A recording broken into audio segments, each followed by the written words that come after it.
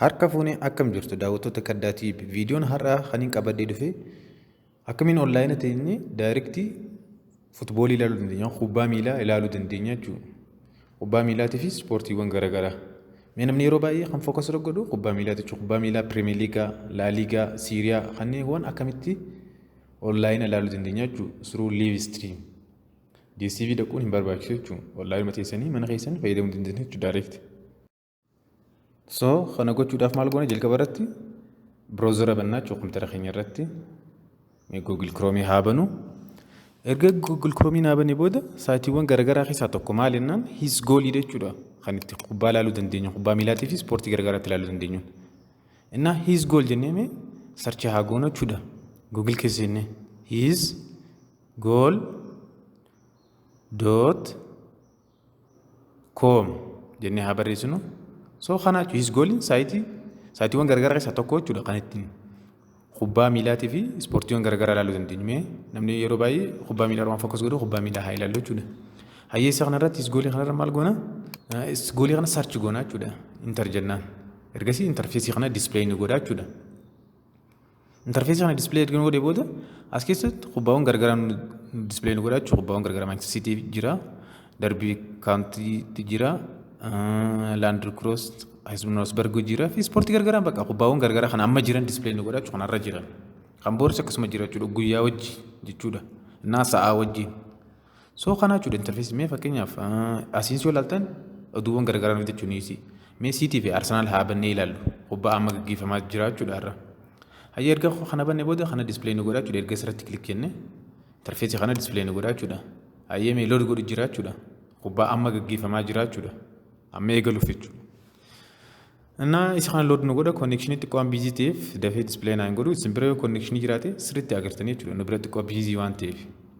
Innaa kubbaan kun qaxitaa waan ta'eef nama hedduutu amma biizii godhaa jira jechuudha websaayitii kana. So kana display nu godha jechuudha amma kubbaan eegaluuf deemaa jechuudha Manchester City fi Arsenal stadium nu gorsisaa jira jechuudha. So kanaa jechuudha his gooliin.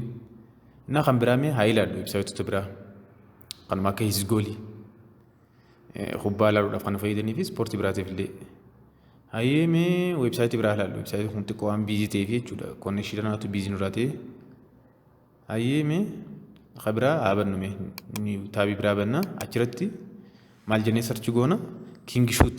King Shootiinis websaayitii biraati jechuudha akkuma his goolii kan kubbaa itti ilaaluudhaaf nu fayyaddu. So King hyphen shoot .com jennee sarchi goonaa jechuudha. King shoot irraan isin deebi'a. King hyphen shoot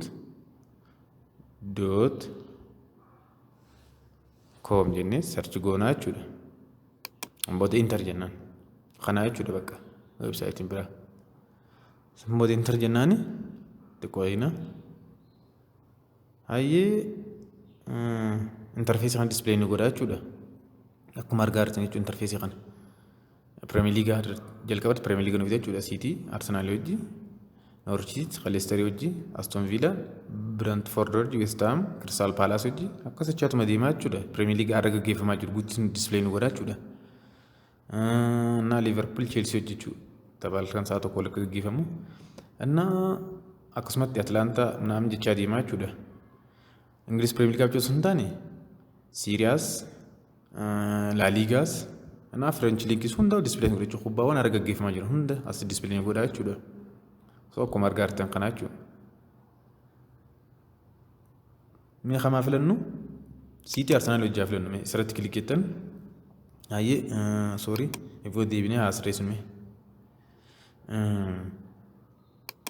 kubbaa har'aa mee haa filannu kamaa filannu City Arsenal wajji isirratti kilik jettan sammuu interfeesii kana isin fida achi gubbaa deemtanii laanguweejii illee jiru isin ingiliffatti hayyee mee isaan irra kilik jettan City fi Arsenal irratti sammuu isa kana isin fida kana jechuudha bakka mallattoo kanarratti okay jettanii jechuudha intar jettanii yookaan kilik jettan samboota kubbaa amma taphasaa jiru nu gorsiisaa jechuudha. Hayyee kun Arsenal City wajjin nu fidaa jira jechuudha. Kun asirra dhuftan mallattoo X kana irraa kaansel gootanii dhaabsisan jechuudha. Samboota kana jechuudha kana nu bana. Xiqqoo egaa connection load godhaa jira. Hayyee Arsenal fi City akka nu fidu ni eenaa jechuudha. Isa kana jechuudha. Akkuma argaa jirtan kubbaan eegalamuuf deemaa jechuudha. Siitii fi Arsenaal eegaluuf deemanii jechuudha. So kanaaf isa kan nama zoom godhuu dandeessan akkatti. Nama minimize godhuu dandeessan jechuudha. Connection xiqqoo busy waan ta'eef nu bira connection xiqqoo busy waan ta'eef malee isin bira wifi special yeroo fayyadamtan faalsisni jechuudha wifi kan nuuf waan ta'eef. Hayyee kana jechuudha daawwattoota keenya. Kana websaayitiiwwan garagaraa hedduutu jira jechuudhaan viidiyoo yeroo biraatiin qabadhee isin dhufe har'aaf kingshuutii fi hisgoolii kubbaa onlaayina daayirektii hordofuu dandeessan jechuudha. Liiv istiriim DSTV deemuun isin hin barbaachisu jechuudha. Manuma keessan teessanii ilaaluu ni dandeessanii jechuudha.